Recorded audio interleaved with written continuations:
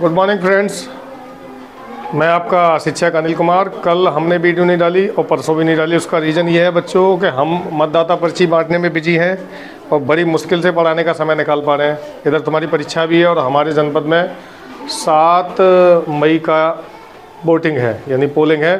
तो जो मतदाता बैलेट पर्ची होती हैं उन्हें बांटने का काम दिया गया हमें, क्योंकि हम टीचर के साथ साथ BLO भी हैं तो वो भी काम देखना पड़ता है। लेकिन फिर भी कोशिश करके हम वीडियोज़ को डाल रहा हूँ और आज दोपहर में क्विजरी का जो लिंक है वो भेज दिया जाएगा। तो जो बच्चे ऑनलाइन जुड़े हैं वो ऑनलाइन माध्यम से क्विज़ में पार्टिसिपेट कर सकते हैं। ठीक है, चलिए स्टार्ट करते हैं। आज का हमारा टॉपिक है विज्ञान। ये मॉडल पेपर है, असल में हमने दूसरा मॉडल पेपर बनाया है जो आपको आज दोपहर में मिलेगा और वीडियो शाम को मिलेगी, क्योंकि अगर मैंने वीडियो पहले डाल दी तो आप इसी में से छाप देंगे। ठीक है, तो मॉडल पेपर सेकंड श्रेष्ठा स्कीम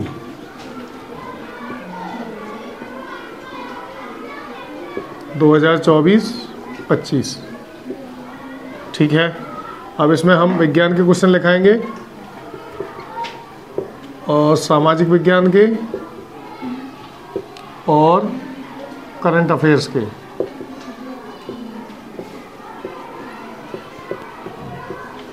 तो पहला क्वेश्चन है भूकंप की तीव्रता भूकंप तरंगों को रिकॉर्ड करने के लिए कौन सा ग्राफ इस्तेमाल होता है? सही जवाब। भूकंप तरंगों को रिकॉर्ड करने के लिए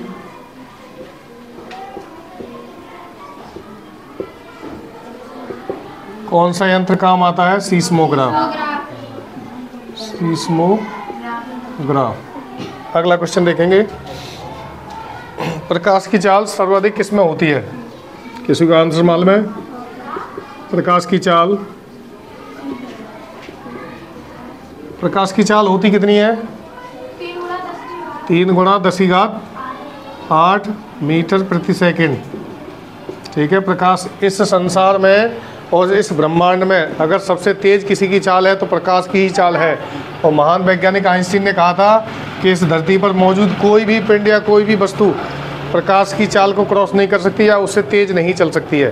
ठीक है, उन्होंने इसके लिए एक समीकरण भी स्थापित की थी, E = mc²। E for energy, mass and velocity of light. तो प्रकाश की चाल सबसे तेज चलती है वैक्यूम में, यानी निर्वात में। निर्वात माने बिना वायु का स्थान। ठीक है, निर माने नहीं, वात माने वायु, यानी ऐसा स्थान जहाँ वायु ना हो, दैट इज वैक्यूम या निर्वात। ठीक है बच्चों, प्रकाश की चाल अगर किलोमीटर में नापे तो 3 लाख किलोमीटर प्रति सेकंड होती है। 3 लाख किलोमीटर प्रति सेकंड, इकाई, ढाई, सैकड़ा, हजार, 10,000, लाख। 1 सेकंड में 3 लाख किलोमीटर चल जाता। अब इतनी तेज कोई नहीं चल सकता। ठीक है, निर्वात समझ गए किसे कहेंगे? निर्वात क्या? जिसमें हवा ना, ऐसा क्षेत्र जहाँ हवा ना हो, बिना वायु का स्थान। अब मैं पूछना चाहूंगा, क्या ध्वनि निर्वात में ट्रेवल कर सकती है? क्यों? ध्वनि चल सकती है क्योंकि ध्वनि के लिए माध्यम की आवश्यकता होती है। ठीक है, ध्वनि निर्वात में गति नहीं करती, पता है क्यों नहीं करती? क्योंकि उसके लिए माध्यम की जरूरत है। ध्वनि कंपनों के रूप में हमारे कानों तक पहुंचती है और जब तक हमारे आसपास माध्यम नहीं होगा तब तक एक कंपन दूसरे कंपन को कंपित नहीं कर पाएगा और हम आवाज़ नहीं सुन पाएंगे। लेकिन ध्वनि तरंगें अनुदैर्घ्य तरंगें होती हैं। कैसी होती हैं? अनुदैर्घ्य तरंगें। ठीक है, और प्रकाश तरंगें अनुप्रस्थ तरंग होती हैं। अनुप्रस्थ तरंगें, दोनों में यही डिफरेंस है। अगला क्वेश्चन लिखें, सबसे क्रियाशील धातु कौन सी है? अच्छा, हवा में क्रिया करने वाली धातु कौन सी है? सोडियम। केवल सोडियम है। सोडियम सबसे क्रियाशील धातु है। ये कैसी है? सबसे क्रियाशील। क्रियाशील का मतलब किसी से भी क्रिया कर जाए। अगर आपने हाथ में सोडियम रख लिया तो आग लग जाएगी तुरंत ही, हवा से क्रिया कर जाती है, और पानी में डाल दिया तो बहुत बड़ा विस्फोट हो जाएगा। और सोडियम चाकू से काटी जाने वाली धातु है। कौन सी है? ये धातु होने के साथ साथ मुलायम भी है। और सोडियम को किस में रखा जाता है बच्चों? अच्छा बता प्रियंका, मिट्टी के तेल में क्यों रखते हैं? कोई भी बताए आज का बच्चा? क्योंकि पानी में अगर रखेंगे तो पानी से क्रिया कर जाएगी, और हवा में रखेंगे तो हवा से क्रिया कर जाएगी, इसलिए मिट्टी के तेल में रखा जाता है, या ग्लिसरीन में भी। ठीक है, ग्लिसरीन जानते हो आप, सर्दी के दिनों में त्वचा पे लगाई जाता है, इसमें नींबू का रस और गुलाब जल मिला के बढ़िया कॉम्पैक्ट बनता है। अगला देखें, मानव नेत्र पर किसी वस्तु का प्रतिबिंब कहाँ बनता है? रेटिना। लिखो, मानव नेत्र पर, मानव नेत्र का मतलब मानव आंख पर किसी वस्तु का प्रतिबिंब कहाँ बनेगा? रेटिना। ठीक है, और एक बात और बता दूं बच्चों, मानव नेत्र पर जो वस्तु का प्रतिबिंब बनता है वो उल्टा बनता है। कैसा? उल्टा। मान लो तुम मुझे देख रहे हो ना, तो रेटिना पे मैं उल्टा दिख रहा हूँगा, लेकिन जब तक वो मैसेज दिमाग तक जाता है तो दिमाग की तरंगें और दिमाग की जो नर्व्स होती हैं उसको सीधा करके आपको दिखाती हैं। ठीक है, अगला लिखिए,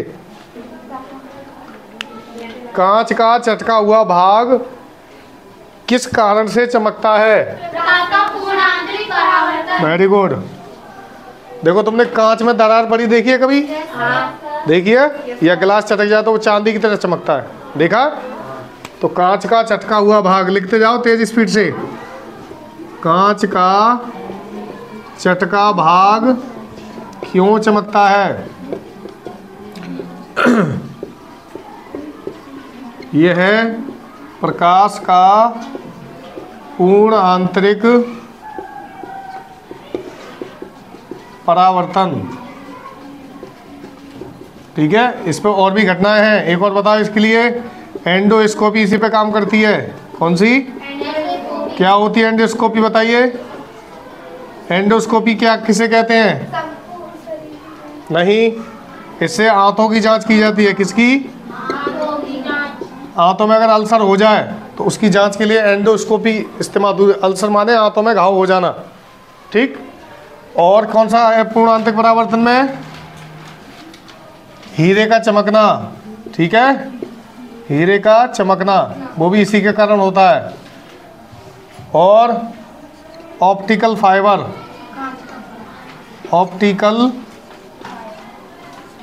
प्रकाशिक तंतु। देखो ये क्वेश्चन आता है, प्रकाशिक तंतु क्यों चमकता है? प्रकाशिक तंतु, तो वो भी प्रकाश के पूर्ण आंतरिक परावर्तन की वजह से होता है। देखो ये तीनों घटनाएं इसी पर आधारित हैं। किस पे? प्रकाश का, बोलो, प्रकाश का पूर्ण आंतरिक परावर्तन। हाँ, अगला लिखिए, जेली बनाने में कौन से फल काम आते हैं? करौंदा। बिल्कुल सही। जेली आप खाते होंगे, जेली वाली टॉफी आती है। देखो जेली ना ठोस होता है ना द्रव होता है, दोनों के बीच की प्लाज्मा जैसी स्टेज होती है, लगभग हिलता रहता है और गिरता भी नहीं है। वो बनता है अमरूद की, स्पेशली अमरूद की जेली बनती है। अमरूद और करौंदा यानी ककरौंदा, करौंदा जिसमें खट्टा फल आता है वाइट कलर और लाल कलर का, कहीं की हरा भी होता है, जिसको मिर्च में छौंक के खाने पर बड़ा अच्छा टेस्ट आता है। अगला लिखें, मानव शरीर में खुशी देने वाला हार्मोन कौन सा है? डोपामिन। हाँ देखो, डोपामिन बहुत बढ़िया चीज है ये, डोपामिन। देखो बच्चों, मैं तुम्हें एक बात बता दूं, हम जो कुछ भी कर रहे हैं, या मैं कर रहा हूं या तुम कर रहे हो, ये क्रिया हम कर नहीं रहे हैं, हमारा दिमाग हमसे करा रहा है, हमारा मस्तिष्क हमें संदेश भेज रहा है कि हम ऐसे करें।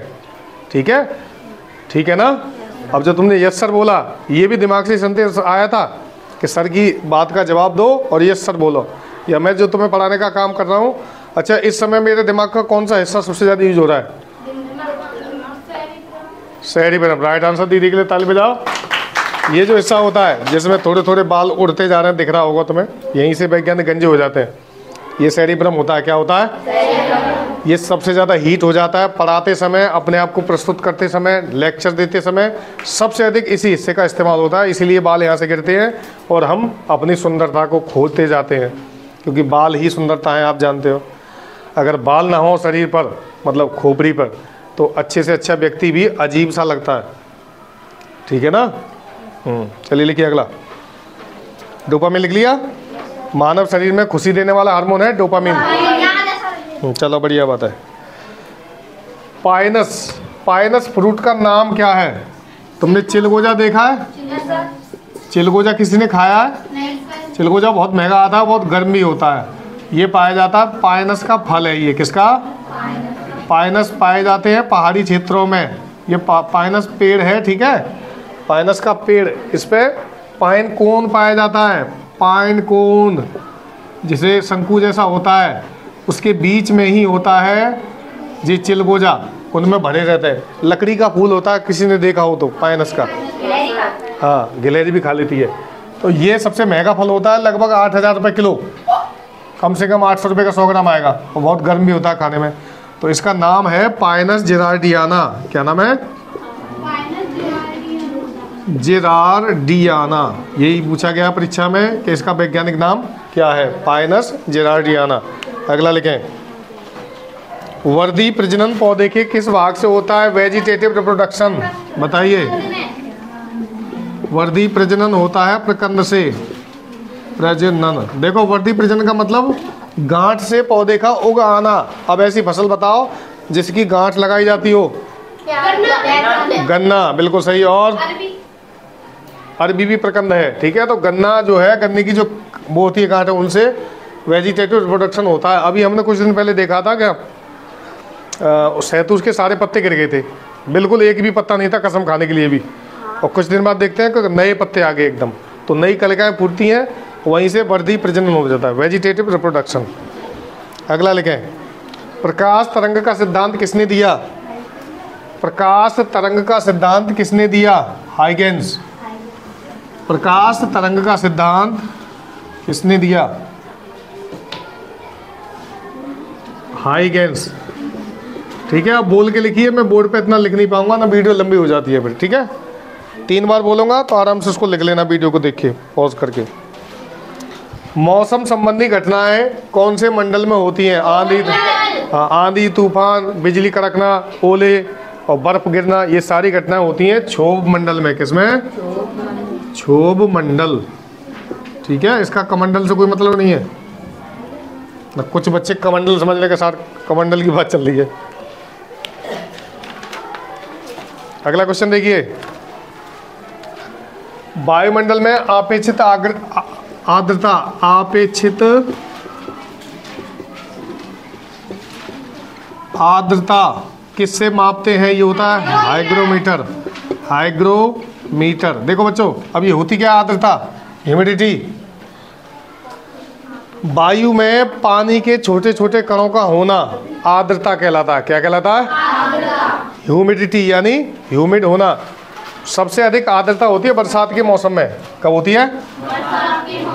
बरसात में ह्यूमिडिटी ज़्यादा होती है, क्योंकि गीली हवा चलती है जब। कैसी हवा? क्योंकि हवा में छोटी छोटी बहुत बारीक बारीक बूंदें होती हैं। अब इसका एक उदाहरण बताऊं मैं तुम्हें। इन दिनों आप कोल्ड ड्रिंक के बाहर देखेंगे तो उसमें छोटी छोटी बूंदें सी बन जाती हैं। देखा है कोल्ड ड्रिंक में? पेप्सी कह लो या कोको कोला। पेप्सी, इतनी छोटी छोटी बूंदें जैसे ही बाहर निकालेंगे तो वो छोटी छोटी बूंदें बन जाती हैं। अब प्रश्न ये है कि आखिर में बूंदें आई कहाँ से? तो बूंदें कहाँ से आई? ये तो आप कॉन्सेप्ट बता रही हो। देखो, बोतल के अंदर का तापमान कम था, ठंडी निकल गई एकदम, और बाहर का तापमान अधिक था, तो टेम्परेचर मेंटेन करने के चक्कर में संघनन हो गया। क्या हो गया? यानी कंडेंसेशन हो गया, संघनन। लेकिन हमारा प्रश्न ये है कि जब ये बोतल से कोल्ड ड्रिंक बाहर निकली नहीं, तो ये बूंदे कौन बिछा गया इस पे?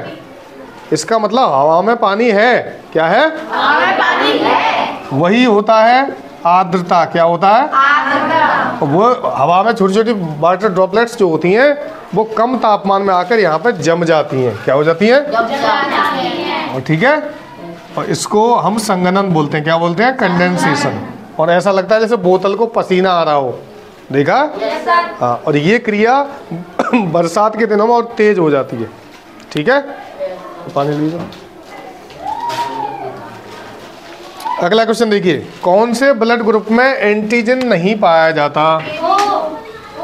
एंटीजन नहीं पाया जाता ओ में। और ओ सर्वदाता रक्त समूह है। कौन सा है? सर्वदाता मतलब सबको देने वाला। ओ रक्त समूह वाले व्यक्ति से कोई भी खून ले सकता है, कोई भी चारों ए बी और ओ,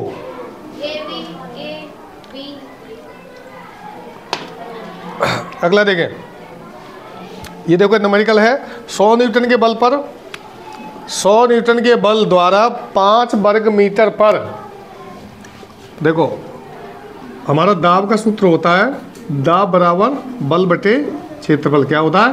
दाब बराबर बल बटे क्षेत्रफल। तो इसमें दाब पूछा है कि हमारा 100 न्यूटन का बल लग रहा है, कितना लग रहा है? 100 न्यूटन, और क्षेत्रफल है 5 वर्ग मीटर। ठीक है, तो इसको काट देंगे तो कितना आ जाएगा? 20 न्यूटन प्रति मीटर। वेरी गुड, न्यूटन प्रति मीटर स्क्वायर। ये दाब है। क्या है? दाब की परिभाषा होती है किसी इकाई क्षेत्रफल पर लंबवत लगने वाले बल को दाब कहते हैं। ठीक है, प्रेशर। और प्रेशर दो चीज़ों पे डिपेंड करता है, एरिया पर।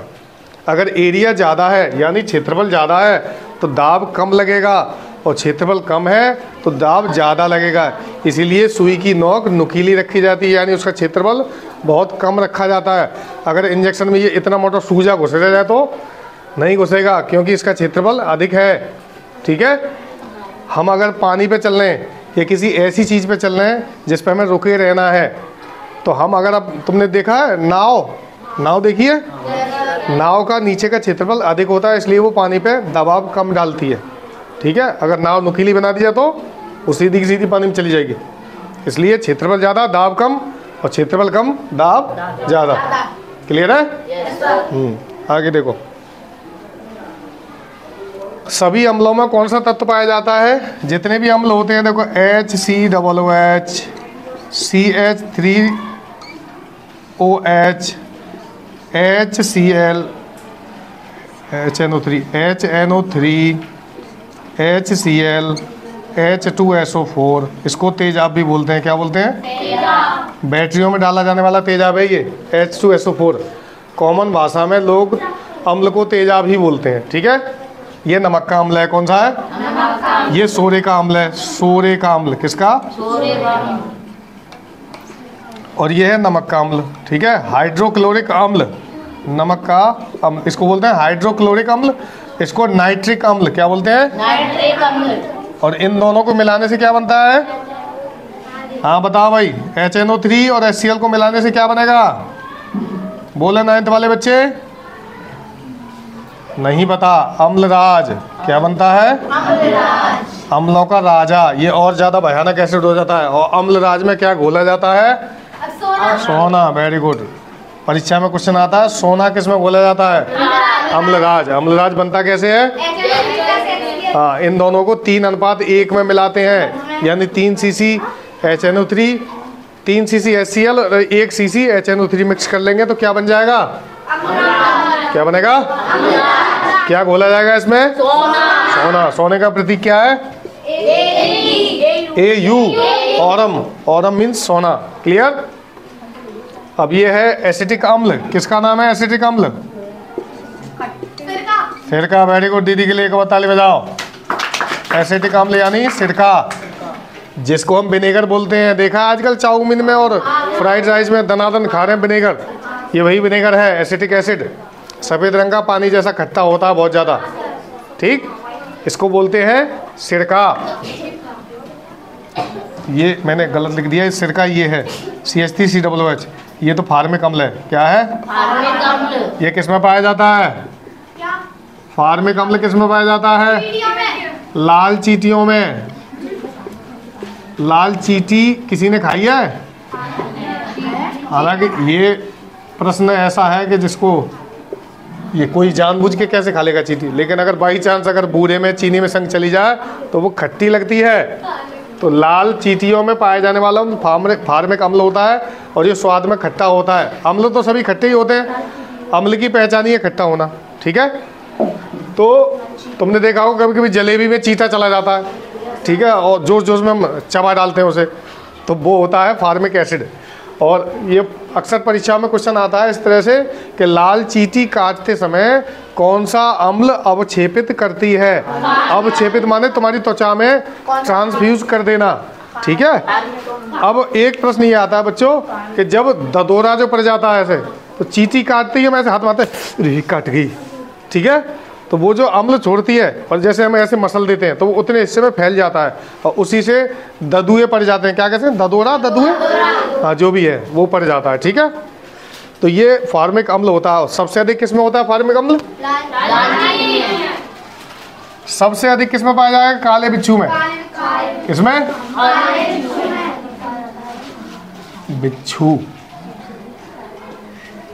देखो बिच्छू का डंक जो होता है रुलाता ज़्यादा है क्योंकि उसमें हाई डेंसिटी में फार्मिक एसिड होता है। सांप तो काट के आदमी मर जाता है, छुट्टी हो जाए 10 मिनट में या 5 मिनट में, लेकिन बिच्छू वाला दर्द के मारे चिल्लाता बहुत तेज क्योंकि उसमें हाई डेंसिटी यानी उच्च घनत्व वाला फार्मिक अम्ल होता है। जब चींटी के काटने पर हम लोग परेशान हो जाते हैं, ठीक है, और वो तो बहुत ज़्यादा गाढ़ा अम्ल होता है बिच्छू का डंक जो होता है, ठीक है। और एक यहाँ प्रश्न आता है कि मधुमक्खियाँ कौन सा अम्ल छोड़ती हैं? Methanoic, very good, methanoic acid, ठीक है। ये दोनों अलग अलग क्वेश्चन है। पीली साड़ी वाली जो बहन जी हैं पढ़ रही है पीली वाली, और डंगारा मोहार, अब ये भी घटना हुई थी हमारे साथ, और देसी मोहार, ये सभी मिलकर यही अम्ल छोड़ती है मेथेनोइक एसिड। कौन सा? और लाल चींटी कौन सा छोड़ती है? एक दुख चींटी भी होती है, दुर्गा चींटी बोलते हैं, दुख चींटी, हाँ वो भी यही छोड़ती है। वो बड़ी खतरनाक चींटी थी। हमारे यहाँ पहले नीम था तो नीम में तो गिरती नीचे और इतना भयानक काटती थी वो, ददुआ अच्छा खासा डाल देती, ददोरा। चलिए अगला देखें। ये क्लियर रहेगा सभी अम्ल? देखो पढ़ाई में बने रहने के लिए एक एक क्वेश्चन को अलग अलग तरीके से समझना सीखिए। अब आपको होशियार होना है, इंटेलिजेंट होना है, तो कब होंगे? जब आप प्रश्न में से प्रश्न बनाना सीख जाएं। जिस दिन आप प्रश्न बनाना सीख गए उस दिन समझ जाना कि हम होशियार हो गए, क्योंकि उसके लिए प्रश्न के अंदर घुसना पड़ेगा, जानना पड़ेगा कि इसमें से प्रश्न बनेगा कैसे। समझ गए? जैसे हमने एक प्रश्न को 4-5 प्रश्नों में तोड़ दिया और सभी एक एक लाइन के क्वेश्चंस बन गए। अगला देखें।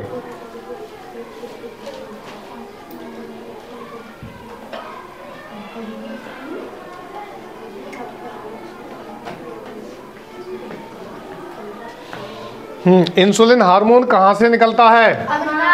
अग्नाशय, पैनक्रियाज, अग्नाशय, ठीक है। इंसुलिन हार्मोन की अधिकता से डायबिटीज हो जाती है, और अधिकता से भी डायबिटीज होती है, और कमी से भी शुगर का रोग, जैसे बोलते हैं शुगर हो गई है, शुगर रोग या डायबिटीज क्या हो जाता है? आजकल पूरे भारत में बहुत से लोग इससे पीड़ित हैं, शुगर के रोग से, ठीक है।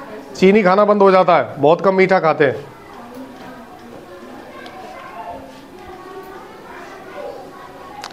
सर्दी जुकाम के संचरण के लिए कौन सा वायरस काम आता है? Rhino virus. कौन सा? Rhino virus. राइनो सर्दी जुकाम फैलाने वाला वायरस है, राइनो वायरस। कौन सा? राइनो वायरस, ठीक है। तो बच्चों ये साइंस की वीडियो थी। एसएसटी की वीडियो में दूसरे में डिस्कस करूंगा क्योंकि वीडियो फिर लंबी हो जाएगी, आप पढ़ भी नहीं पाएंगे। और कोशिश करूंगा शाम को एक वीडियो डाल दूं, और ना मिल पाए तो फिर कल ही मिलेगी। मेहनत से पढ़ते रहिए, और जो क्विज आपको भेजा जाए उसको ज़रूर सॉल्व करके आप अपना आंसर सबमिट करें, ठीक है। पढ़ाई समझ में आई? ठीक है, thank you very much and good luck for the exam. Bye, Tata.